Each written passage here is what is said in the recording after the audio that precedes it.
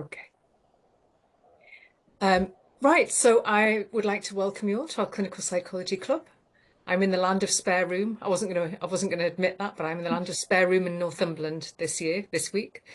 And I'm here to introduce one of my previous research interns, Rachel Dickinson, who is now working as a PWP, and my current MSc supervisee, Marie, who has worked as a PWP. So Rachel and Marie are going to have different perspectives on the career, and they've both had to make specific decisions to enter or leave the career of PWP, and that might give you things that you would like to talk about with them.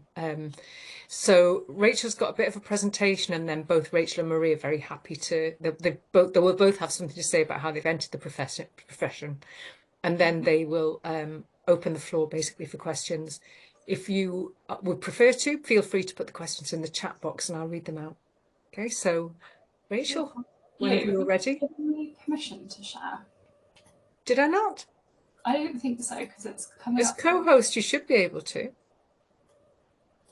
Shall I? My share button's all greyed out. Oh, I'll just make you. Right, I'm just not clicking the right thing. Right. Can you see this? Yeah. Yeah? Beautiful. Yes. Okay. I can't see anybody or anything or like any chat, so just point at me. All I can see is the slides and what you can see. So you can see the slides, right? Not just my computer. Yeah? All good? Yeah. All right. Okay, so Lou just introduced us as a PWP, so if you don't know what that stands for, which I didn't, is a psychological wellbeing practitioner. So really we're just going to talk around sort of what a PWP is, how you become one, and then, as I said, we'll talk about why we became them, I suppose. So a PWP is a NHS clinician. We work in IAPT services, so it was previously known as IAPT, so improving access to psychological services. They've now rebranded recently, like a few years ago, to NHS Talking Therapies Services. What we do is assess and support people with common mental health difficulties, so low mood, anxiety, obsessive compulsive disorder, so OCD, some phobias, panic disorder, and then we can provide sort of evidence-based therapies based on cognitive behavioural therapy, so CBT. And we're also supervised by other psychological wellbeing practitioners, other sort of higher intensity therapists, which I'll come on to explain in a minute. So it's sort of all about operating within a system, in the sense that we're working alongside other psychological wellbeing practitioners, and we also work in a team with higher intensity therapists as well. So the way that it worked for me in terms of becoming a trainee was that you start on a band 4, NHS band 4 salary, and you qualified to a band 5. It took me a year of training, so it's a BPS, British Psychological Society, like accredited course.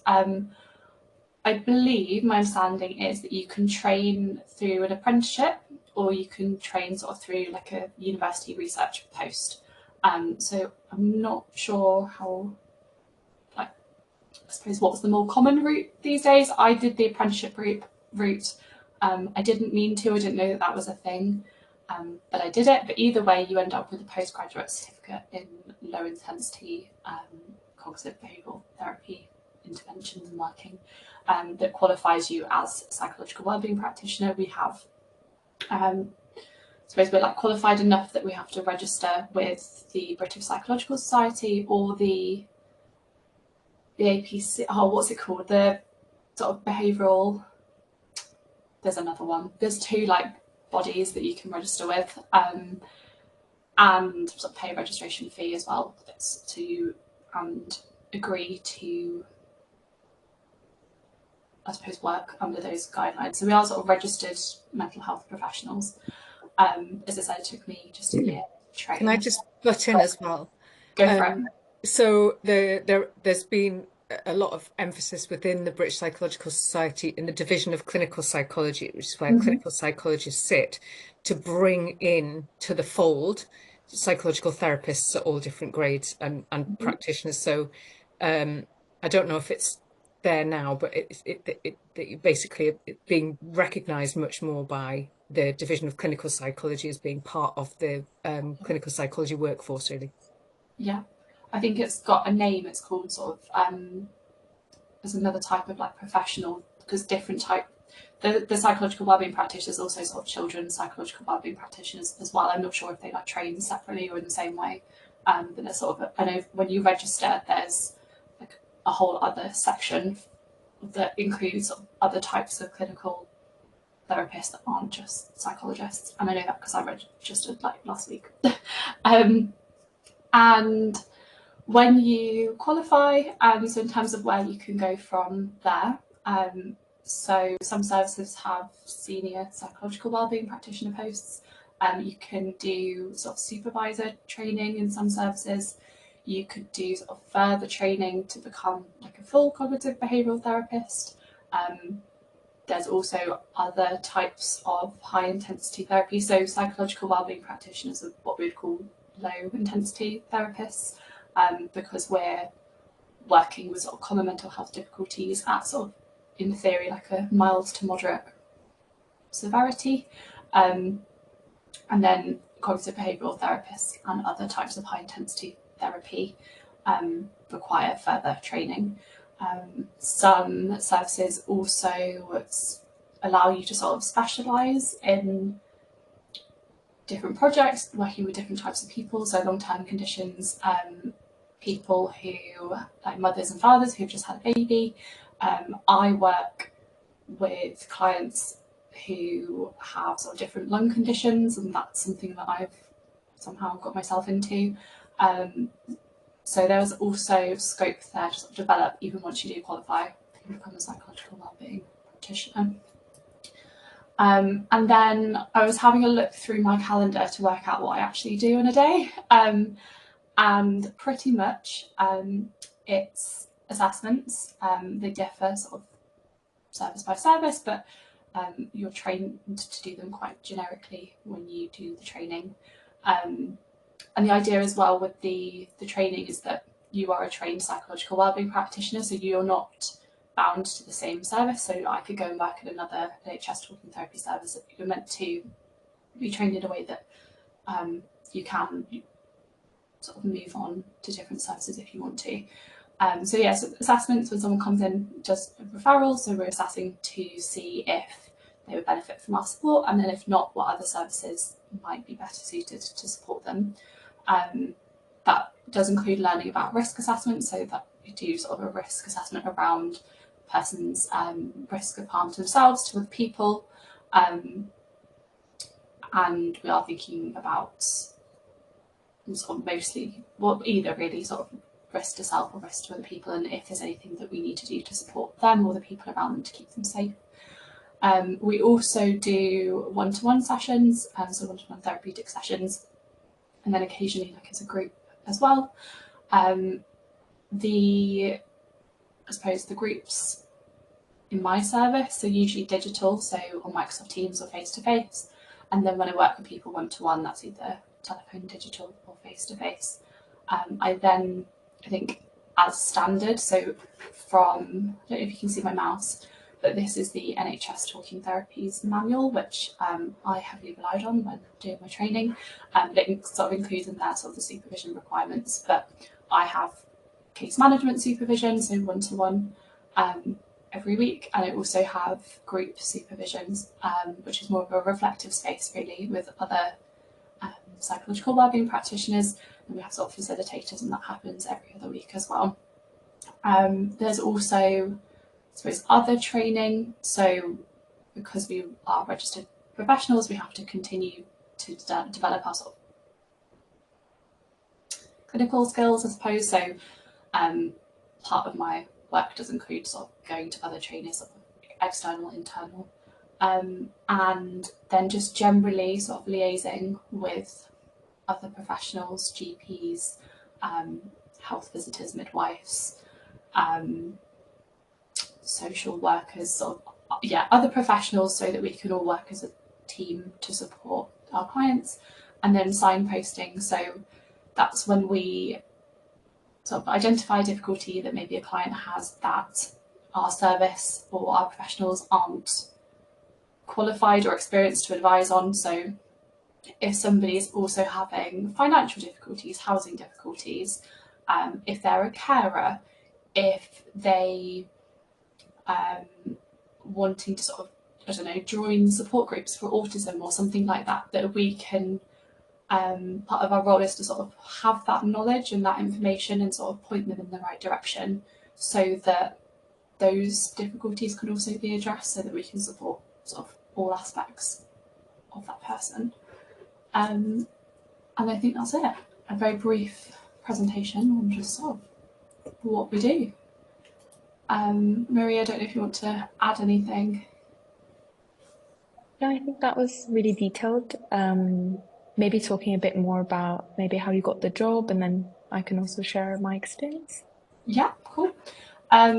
So I found out about psychological wellbeing practitioner because my friends in my final year of uni were talking about it. I actually think I found out about it at the back of Louisa's lecture theatre when we were talking about it before the lecture started. So that's how it started. I really wanted an AP job, an assistant psychology job. I was applying a lot and wasn't getting anywhere. I did in the end get one interview, but I'd accepted the PWP post the same day. So I was like, okay. I had done a placement year, so I'd sort of had some understanding of what assistant psychologists do, but I wanted my own clinical experience. I felt like I was sort of observing a lot and I wanted to learn to do it myself. And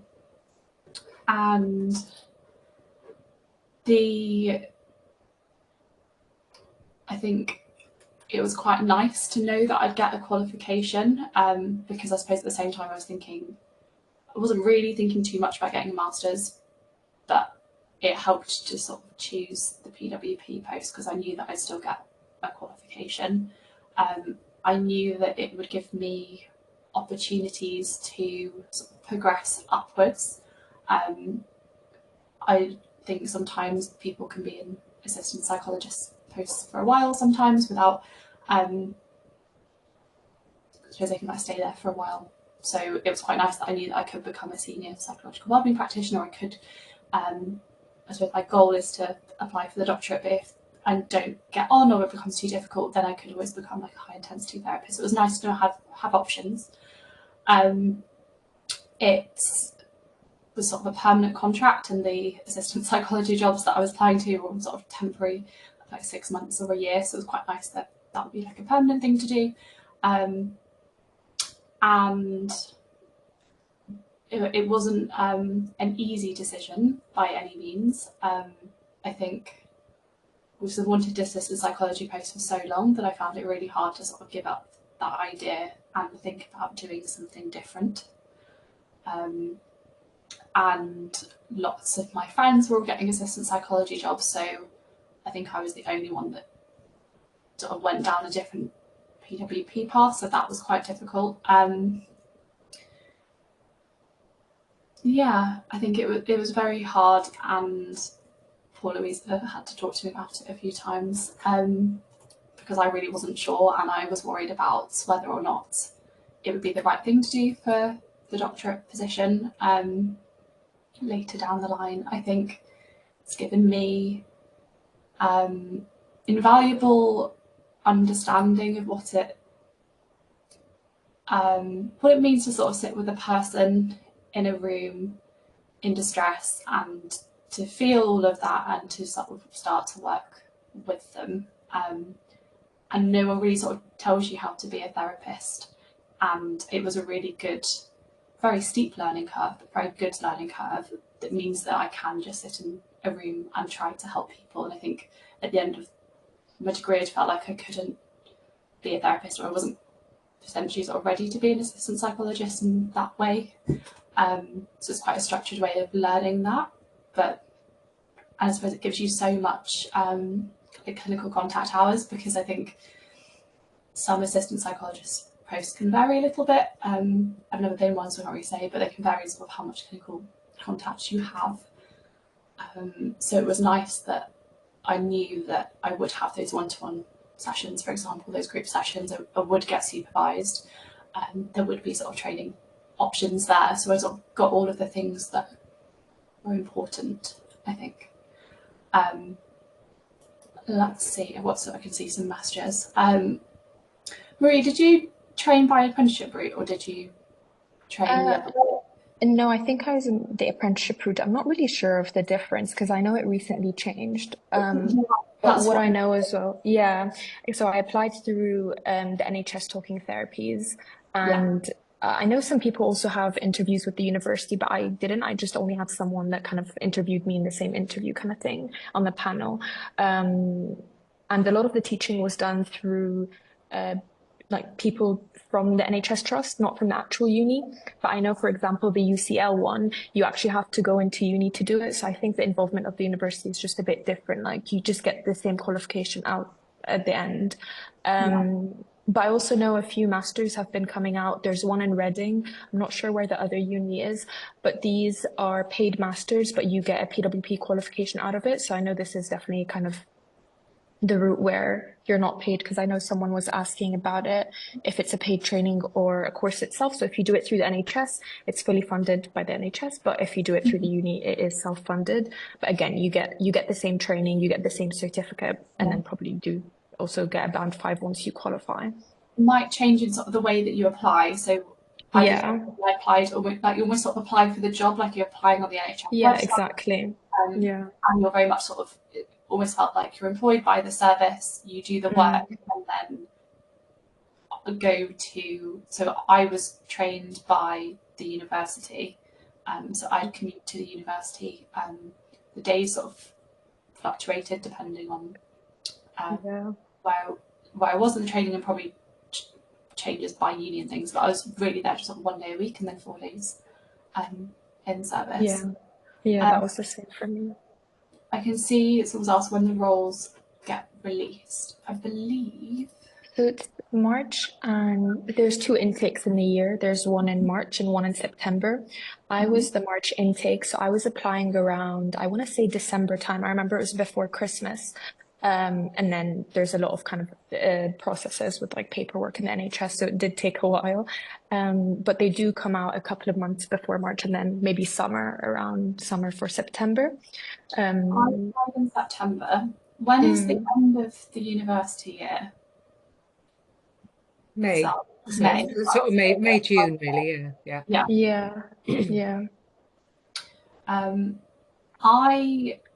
Okay, what kind of experience did you have before applying to the post? I did a placement year in a children's eating disorder service. And then the work of a PWP doesn't include research, but I worked for Lou as like a student intern on a research project. And then did a bit of volunteering with like a listening service. I think that was really about it. I suppose, Marie, do you want to sort of talk about maybe why you became a PWP and then answer the rest of the question? So I graduated in 2022, and I worked a bit as a support worker, or kind of they called it a therapeutic care worker, where I did some support work, but I also shadowed a few APs around a couple of shifts. I really did enjoy kind of the clinical work of the AP, but as Rachel mentioned, it was super competitive to try and get onto one. And the support worker did give me that kind of insight, but it wasn't exactly what I wanted. And I'd also never heard of what a PWP is, but I was just Googling kind of psychology jobs that I could do instead of an AP, and I came across this website, the Manchester Careers website, that they did talk about apprenticeships. Again, it was like all the different ones. So there's like TAP, which is like trainee associate psychological practitioner. There's the PWP and other kind of apprenticeship routes. So I was just trying to apply to as many as I could, because I liked, again, the idea of getting a certificate out of it and being guaranteed in a way clinical work. Because again, as Rachel mentioned, a lot of the APs can include clinical work, but it's not fully guaranteed as much as the PWP or kind of other apprenticeships route, and also kind of learning a therapeutic kind of intervention, so like low intensity CBT. So I want to say that was around 9 months after I'd done my undergrad, that I got onto that March intake, as I mentioned, for the training, and I did it in Oxford. So I wasn't also I was just applying everywhere. I just wanted a job, but I wasn't really down to one city, because I did also get an interview in Liverpool where I did my undergrad, but I didn't get on the course. So that's also another thing, just applied wherever, whenever. And I think it's also really dependent on who you're up against as well during these applications, because for the Liverpool one, it was the exact same application, exact same interview, but I just didn't get on in that time. Um, yeah, so I was really interested in that kind of guaranteed clinical work. And I was planning on continuing to work as a PWP while I started my master's, but that kind of clashed with the uni hours and couldn't continue. So I guess that leads me on to think about why I did do a master's. So essentially, my main drive was to do it if I ever go back home to Egypt. One of the requirements to register with like the equivalent of HCPC, or the kind of health regulation body, is that you do have a master's. So that was kind of the main part, but also I do want to do the doctorate. So I knew that the research aspect would definitely strengthen my application. So it's definitely not a requirement to do a master's for the DCLIN, but the research aspect in the master's is definitely helpful, and that is kind of also a requirement. And also, I believe it did give me a bit of an insight into the DCLIN, because a lot of the things that we do learn about, they're kind of referred to as, oh, you might learn a bit more about that in the DCLIN, or you might do that in the DCLIN. So I think it definitely did give me that insight. But again, the master's is not a requirement for the DCLIN or even to progress in a PWP role. It is just kind of personal preference, or if you want to think about the doctor and research experience, that's also something to consider. I'll see if there are any questions. So yeah, we covered the experiences. So how competitive was the process? So I think the main difference I found with APs is that with apprenticeships, they're usually funded to hire a cohort of, I want to say, 16 people, or at least that was the cohort in Oxford. It was around 16, but a lot of APs are hiring 1 or 2 people. So I think that was kind of the main difference. So it is competitive, but there is the extra chance because of how many people they're recruiting. So that's the way I thought about it. And then someone else asked, can you still apply for the doctor after completing the trainee role? Yeah, but there is that new rule of having a 2-year gap between any NHS-funded apprenticeship or training. So from the date you qualified, you have to wait 2 years until you apply for another apprenticeship, or another kind of funded training, sorry. Not from when you apply, it's from when you qualified. Yeah, it's from the day that you qualify to the day that the course starts. The course starts. Yeah, exactly. So I think that's also one thing that a lot of people, or at least my friends that I've spoken to, are put off by, that they have to wait another 2 years to apply for the doctor. But I guess can I just chip in there? It's just that realistically, that would be the sort of time you'd be thinking about, between graduating from university and getting onto the doctorate anyway. You're not. I think I've met one person that managed it within a year after graduating, and that's she was such an outlier. So you're imagining 3, 4, 5 years sometimes before you get onto the doctorate. So that, putting it into perspective, and also thinking like, it was interesting because the piece of work that Rachel did actually was asking aspiring clinical psychology students from our undergraduate course about what they needed really from us to understand more about their career. And one of the questions that we sort of snuck in was, something about how long it might take to graduate and become an actual qualified clinical psychologist. And what was really interesting was a number of people within the interview went, "Oh shit, that's a long time. That's basically going to be 10 years from now till, or 6 or 7 years, and I'm a 22-year-old woman," or something. It's like, actually, this might be the time that I would like to be settling down and doing something different. So, the fact that it's going to take a while, I think you need to think about the doctorate as being a long-term objective rather than striving every single day of your career to get there, because life happens. And I hope you don't mind me saying, but Rachel's bought a house. She's been able to move away from home and yeah, Yeah, and start got living. a house and a kitten, and Yeah. that's Which if you had, I mean, you know, depending on who you're buying with, but if you're on your own, you really can't with a 1 year contract necessarily be thinking about these long-term plans. So all of Yeah. these practicalities are really, really important. I Yeah. think, but it was a very big.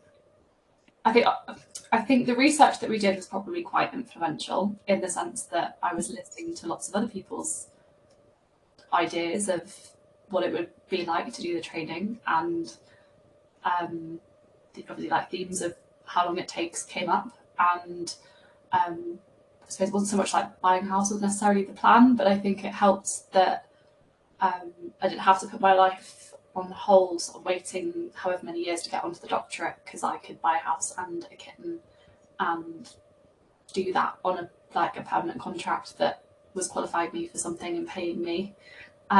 So I think it was helpful. I think, you know, obviously it wasn't. There were lots of different factors that made me go ahead with and sort of accept the offer, and I suppose apply in the first place potentially. But that sort of feeling of stability and things that, and mostly really from that permanent contract. There are Yeah. like AP posts that are permanent. They just from when I was looking, they were a little bit Yeah, they are quite rare. rare. Yeah, Yeah. And also that, like you mentioned in the beginning, once you're qualified, you can basically move to another service. So, yeah, I did consider applying for a qualified post in Manchester because you do have that certificate, you do have that registration, and it is a kind of across all services. But also to add something to what Lou was saying about kind of the 2 years in between, I think what was beneficial about doing the PWP role as well is that you do have progression within these 2 years. So if you do want to progress as a supervisor, a senior, or even a lead and doing more kind of managerial stuff, I think it's not, the 2 years are not going to be completely the same throughout. I think there's a lot of change, a lot of things that you can get from qualifying as well. And I do also know that they are kind of a few roles outside of the NHS, kind of in prisons, school settings as a PWP. They are quite rare, I would say. And I did recently see kind of a research or kind of clinical trial that want to recruit a PWP. So it's not that you're gonna, you know, stay there if you didn't absolutely love it as such, or you wanted to widen your experience.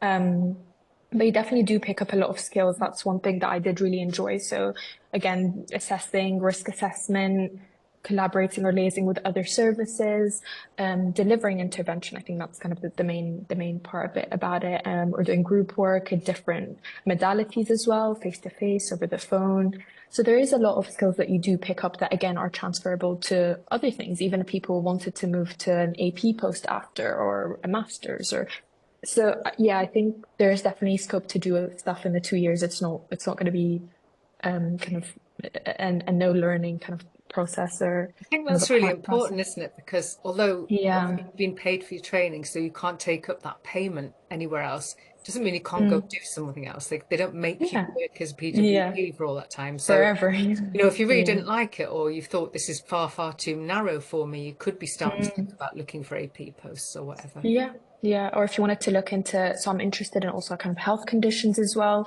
So if you wanted to move a bit more outside of that or do something else, that's also kind of with the AP settings somewhere else. I think there are a few questions coming Can I through. also go back to something else? Sorry. Yes. Rachel, when you applied, your cohort was all different backgrounds, wasn't it? And I was quite interested in that because someone's just asked what experience did you have before applying Mm. to the post? And I know what experience you had. in my cohort of, oh, okay, I see. Yeah. Yeah. So most of us have probably done a psychology degree. Some of us haven't even done degrees that are psychology and maybe have like done a conversion. Actually, some people haven't even done a degree, but have evidence of Their experience. a degree. Yeah. But some of my colleagues have worked in like ambulance services. They've worked in prisons. some have been APs, some have worked like, I think, as receptionists, but think like any sort of people facing role, and those things might not feel like entirely relevant on paper, but I promise you, like when we speak about it, they all have sort of strengths from those roles, like they've all learned something. And I think it's very nice to see so many people from different backgrounds, and I think we all practice slightly differently sort of from that experience, and they're all sort of trained in the same way, and yeah, I think it's really nice. Sort of better at some things, maybe, or find some things easier, but there's no sort of hard or fast rule to what experience you need for this at all. Yeah, absolutely. I think it was the same in my service. People came from different backgrounds, different jobs, some weren't really particularly related to psychology, really. Thank you. I don't know where you're up to with the questions. Are you paid during the PWP training? Yes, you're, as Rachel mentioned, kind of band 4 in the beginning. Then once you qualify, you go up to band 5. You're paid like 5 days a week, so even when you train, you get paid for training. Yeah.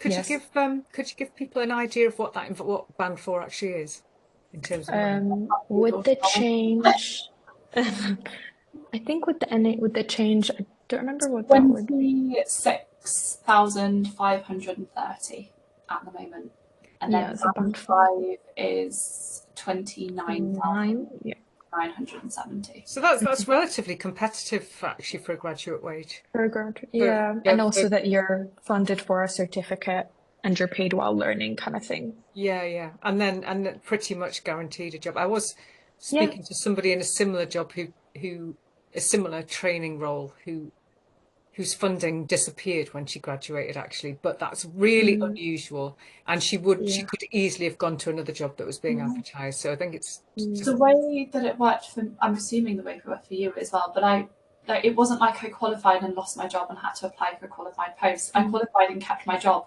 just 5 days, and that's where it was the same thing. You just worked an extra day instead of going to any kind of lectures or anything. I know some services, but it's quite rare that they make you apply for a qualified position, but it is rare because they've already paid to train you, so they essentially want to keep you. So that's also another thing, the kind of guaranteed job after it, not kind of temporary as some of the other jobs. But also wanted to highlight that PWP is one of the apprenticeships. You might come across like the CWP, which is essentially the same thing, low intensity interventions, but it's called child wellbeing practitioner. So yeah, essentially work with younger people. There's EMHWP. There's so many WPs. But it is kind of delivering low intensity interventions, but just in different settings. That's the main difference. So if that interests you, then definitely looking at other apprenticeships could also be an option, whatever's kind of coming up in your area that you want to apply to, or just to get the experience of applying and getting interviews as well. I know someone's mentioned about are there trainee roles in Manchester for September? The roles come out around May, June, summertime. So is that right? So when I was applying, I also looked. I'm pretty sure Manchester has a NHS talking therapies. So like it has across 2, I think, the country. So I would imagine so. So I think the IAP training is actually bizarrely based in the School of Nursing, Midwifery and Social Work in Manchester. Yeah. And then how long is the training course? I want to say 15 months. That was it for me by the time I qualified. Started in September. I qualified the following October. Yeah, so 12 to 15 months, that's what the kind of give service by service. Yeah, exactly. When your exams fall for each module, you have refits. What is something you enjoy doing in the PWP role? So, Rachel, if you have anything you want to share? I think, good question. I see a lot of clients. Yeah. Like, I'm not sure if you put that as something you enjoy.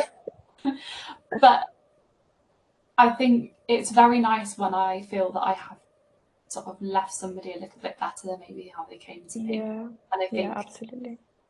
that's my favourite thing, because it doesn't always happen. happen, despite me trying. But occasionally, like, it does happen, and it's really nice to feel that I can do something. Yeah. Yeah, what do you think? Yeah, I definitely agree. I think in the beginning of my trainee year, my supervisor told me something that I'm really grateful for, but she told me keep an Excel sheet of any good feedback that Yeah. any client tells you. So I'd like put it in quotation marks, like, you've really helped me today. And I put it through. So then when you're having a bit of a hard day, going through that. And I remember before leaving the service, I did email myself these kind of quotes that I left. And I think that was kind of looking at it at the end of like the year and a half that I've been there. And I was like, wow, yeah, I did actually enjoy this role. Not to say that it's not a completely not stressful job. It is a high caseload. You do see a lot of clients.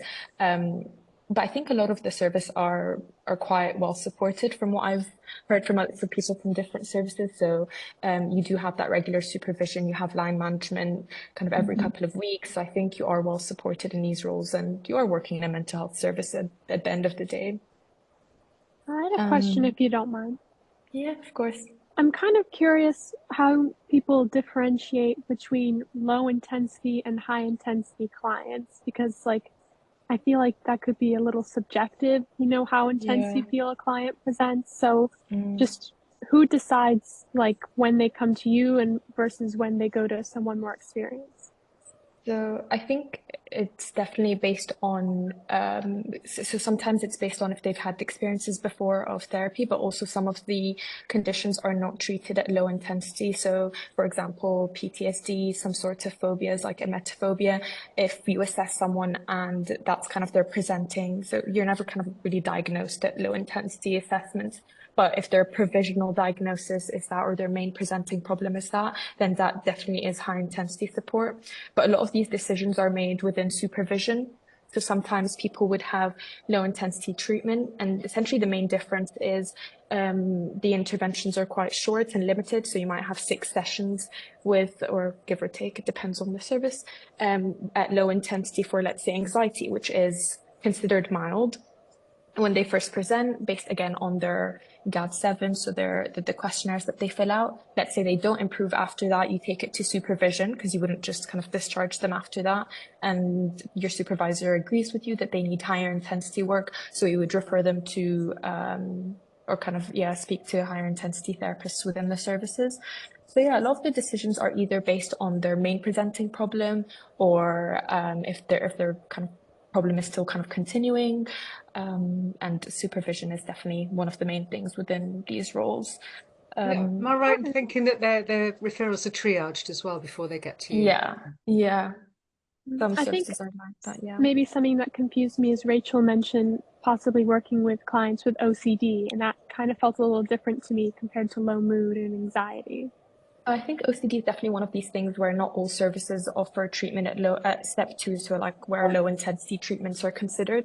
The service I worked in Oxford did offer it at step 2, but it was very specific. Like you had to have a specific type of presentation to be treated at step 2. But it Yes. is technically not nice guideline recommended, right? Am I right in thinking that? I Or is think that so. Yeah, I don't think it is. Yeah. Yeah, Yeah. we work with OCD, but specific presentations of OCD. Presentations, yeah. So it's not in every service, but is in some services. But some services you also treat it as like some support until you get to the high intensity treatment, because usually waiting times are so long. And essentially why IAPT was created, or talking therapies was created, was to try and get people to access some sort of support before they get onto high intensity treatments. So sometimes the treatments can be for weeks and months. So instead of like kind of being on a waiting list, not having any support. So sometimes they kind of think of it as something better than nothing, or some kind of tools or skill sets to use while you're on the waiting list to get onto high intensity treatment. That was a lot of kind of rationales to some of the treatments we'd offer. I'm not sure if you had any questions or if that answered that. Yeah, that was great. Very clarifying. Thank you. No problem. I don't know where we stopped with the question. Okay, so we're up to minimum requirements, which I don't think there is, because as I said, some people who trained with me don't actually have degrees. Yeah, I think the minimum requirement is for the APs, a lot more kind of asking for a minimum of an upper second class, but I don't think I've seen that in any PWP posts of having a psychology degree with a minimum requirement. And then, sorry, this was answered earlier. Yeah, so I think the cohorts to apply for the PWP course, I think some of them hire up to 16 to 18. I remember these were common, that was kind of the common cohort numbers in Oxford. I'm not sure, Rachel, if that's any similar. I honestly can't remember.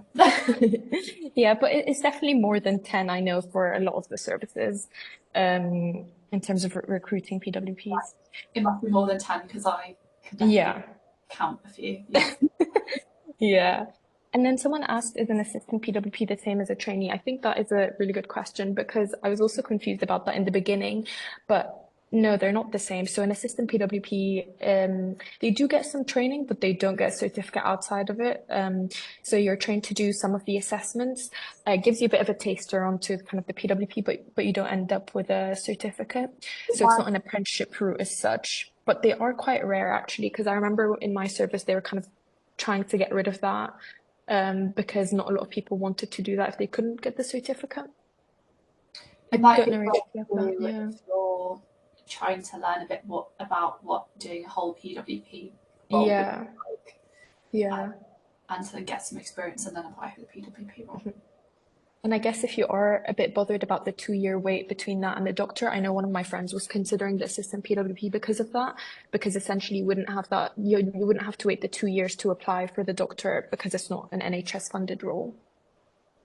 Then do you need to have previous clinical experience to apply for the PWP apprenticeship?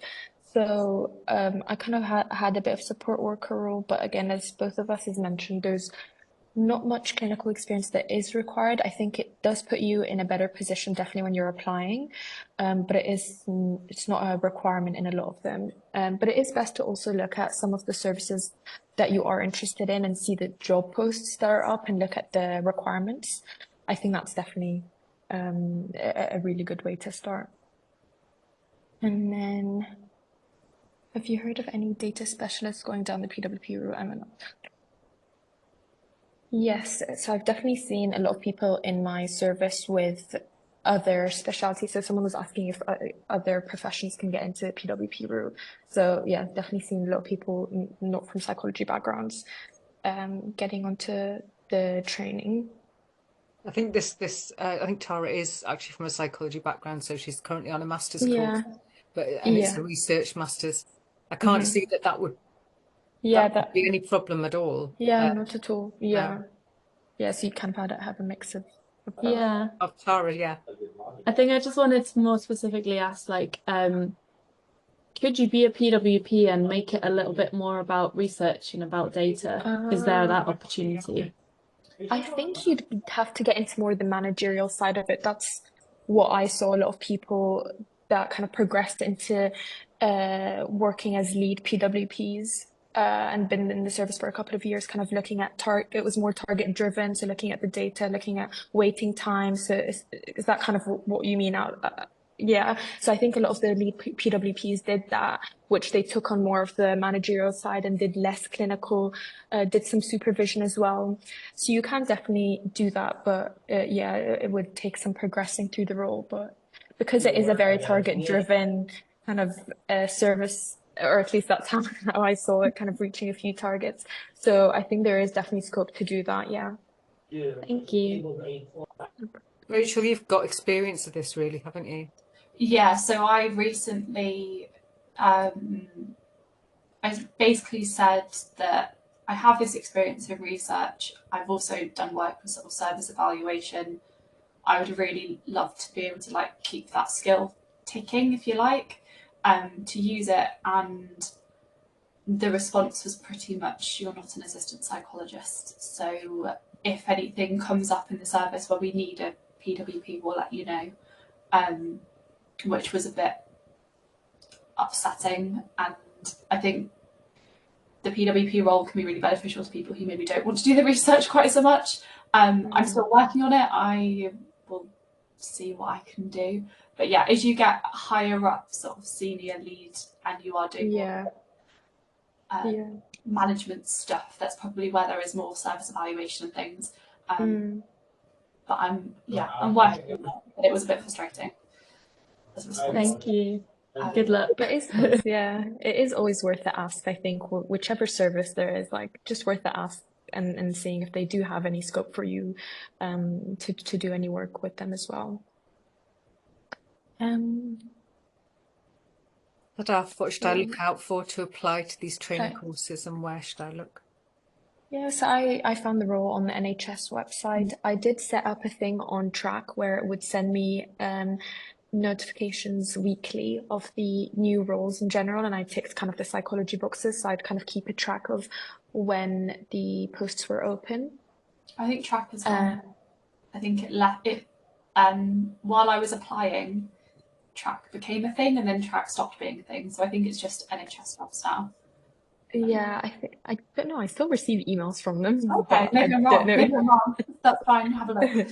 But it's definitely NHS websites, local NHS services to you. I've seen a few on LinkedIn as well that are also NHS, but they do pop up on LinkedIn. And I would say just start looking now, whatever stage you're at in your undergrad or master's degree, start looking now, because then you can be starting to think, where do I want to go? What do the jobs look like? What sort of things are asked of me?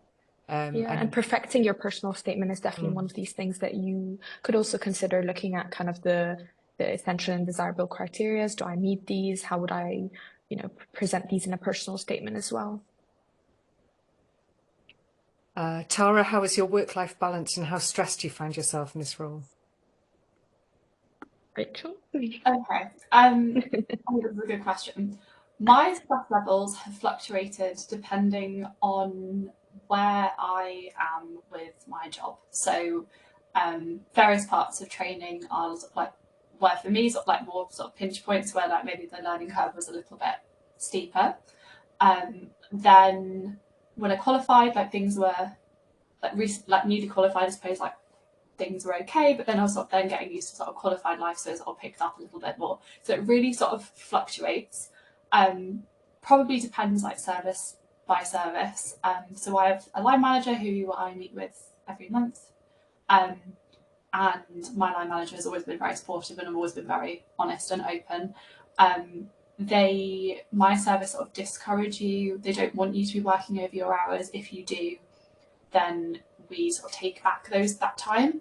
So I genuinely do work 9 to 5, and except for a Monday, which might be a service thing, but I actually work till 8 p.m. So I'm going to dock off about 5:29 because I have clients at 5:30.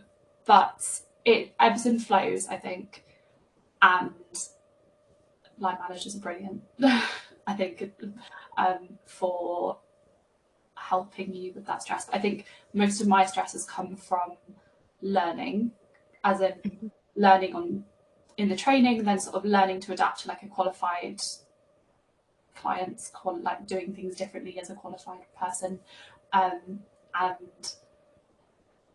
also maybe just like learning to be, because obviously like, this is my first like proper job, like just learning to like manage my own time and things like that. So yeah, what do you think? Yeah, I definitely had similar experiences with that it really depended on which point in the training or am I qualified, that kind of part, that definitely dictated a lot of the stress. But yeah, similar to you, I had a great line manager, which I could also be honest with in terms of if things were getting a bit more stressful, they could kind of think about the support that they could offer. And again, when I had just recently qualified, I think getting used to, because you generally have an extra day in service, you have a higher caseload to account for that extra day. So I think I also did kind of get support from peers who had been qualified for a while, asking them how they arrange their calendar to make sure that you do get that lunch break and you do finish on kind of your hours. And it was also similar in my service that they really discouraged you working outside of your working hours, and you'd claim it back and kind of toil and come in an hour later or leave an hour earlier if you really had to stay for kind of something that was a bit of an emergency that you couldn't carry on for the next day. So I think that is similar to a lot of the jobs, but I think because you're training, so it is definitely from that as well, and kind of from submitting a few things. But I wouldn't say that stressful in terms of the studying part of it. It is different, but I wouldn't say it is as stressful. Or maybe since starting the masters, I'm like, I oh, was that just wasn't I was as just going to though. ask you, Maria.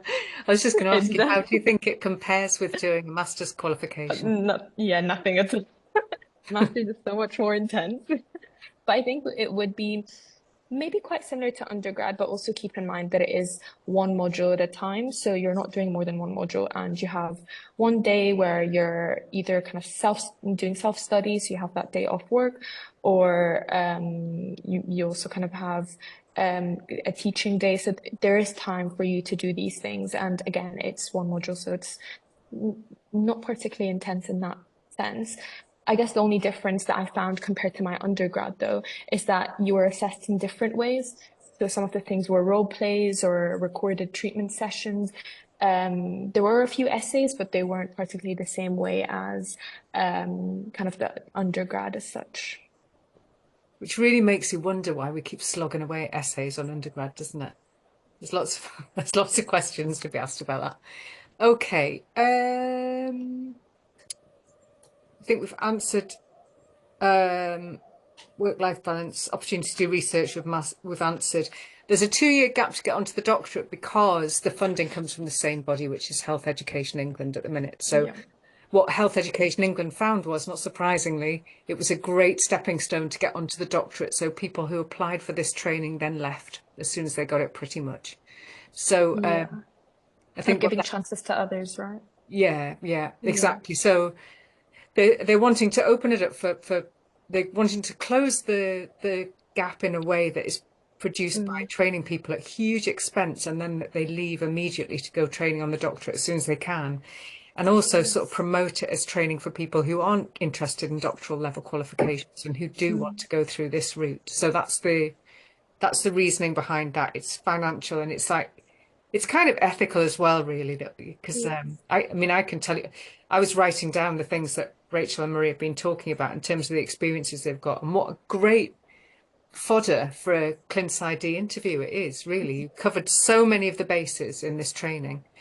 So I would like, really, it's a great start to get to be thinking about getting an AP post, getting onto the doctorate. But on the other hand, the government's paying you to do training in order to work in a job that then you may not take up. So there's a bit of a dilemma there. Yeah, absolutely. Are all the PWP roles 9 to 5, or just some do out of hours? I think it's just Yeah, service and service. Mine do have dependent. hours, but I only do it once a week. Yeah, I think I did 9 to 5 every day except Wednesdays. I did 12 to 8. So I think it is service dependent, but I do see a lot of the posts do say that you have to work a later shift, one day a week to cover courses or people who can't do, clients who can't do appointments during kind of normal working hours. And then what should I be searching for specifically when looking at this course? Trainee psychological wellbeing practitioner. Yeah. I think thinking about all the different names for things, if you have searches including the word practitioner, including the Yeah, word wellbeing assistant, practitioner. including the word assistant, including the word wellbeing, Trainee, yeah. trainee, so you have to cover quite a few bases, I think.